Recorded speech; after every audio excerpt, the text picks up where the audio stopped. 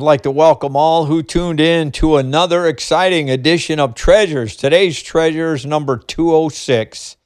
The title is Stand Against the Gods, small g. I'm not talking about our supreme God, Yahweh, Elohim. I'm not talking about him. So we're going to talk about what we're supposed to do when we are believers in Messiah. We're supposed to stand for the God, the God of Abraham, Isaac, and Jacob. Elohim is his name. Yahweh is his name. Just as the Israelites were supposed to do in the Bible. But we're going to find out they didn't follow what they were supposed to do. In the Bible, Yahweh ordered his people, Israel, in Deuteronomy chapter 12, verse 3, "And you shall destroy their altars, break their sacred pillars, and burn their wooden images with fire, and you shall cut down the carved images of their gods and destroy their names from that place." This is all small g we're talking about right now. Remember, Israel was surrounded by false gods, small g, such as Baal, Marduk, Zeus, Ashtaroth.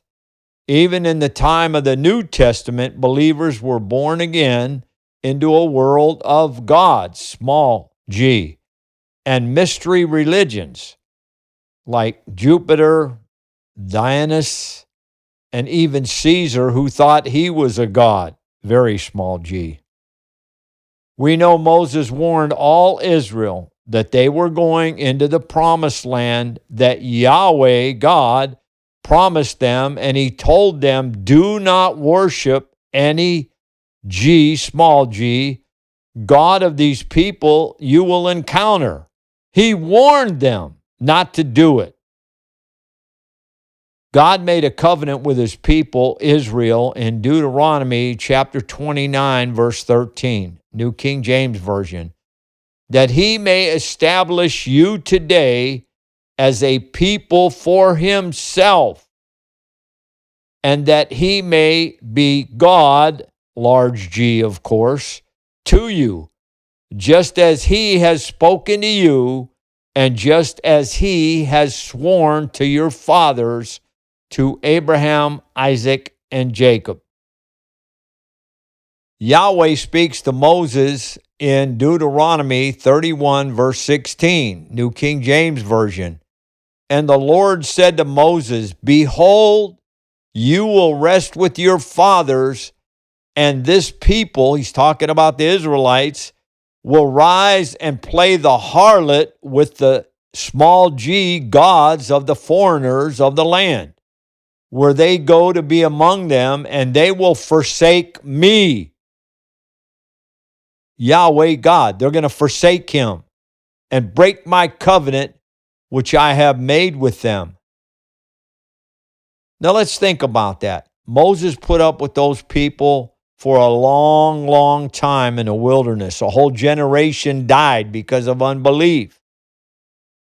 But the people that were left, all the stuff he put up with, Moses went to his grave knowing all the warnings he gave Israel that they would not listen when they got to the promised land.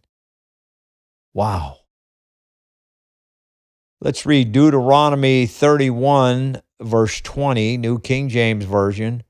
When I have brought them to the land flowing with milk and honey, of which I swore to their fathers, and they have eaten and filled themselves and grown fat, then they will turn to other small g gods and serve them, and they will provoke me and break my covenant. Now let's talk about all the woke churches in America today that do not teach God's truth, which God, he warned preachers in this verse, Proverbs chapter 30, verse 6, do not add to his words, lest he rebuke you and you be found a liar. All these woke pastors out there. And by the way, they're not pastors, they're hirelings. Jesus gave us a good example of that, what a pastor is and what a hireling is. Now, if you're born again, you are called to take a stand against the gods, the false gods, gods of money, the gods of lust, gods of selfishness, gods of greed, status, alcohol, drugs, pornography, which some pastors think is okay, and the god of abortion. Remember in the Old Testament, there was a god where they passed their children through the fire? Molech. And you need to be strong against these false gods, just like Moses against Baal, just like Daniel in the courts of Babylon, having nothing to do with these gods. Serve only Jesus Christ, the true Messiah. I thank you for tuning in. I hope this message has given you more knowledge and that this strengthens you to come against all these false gods in our culture today.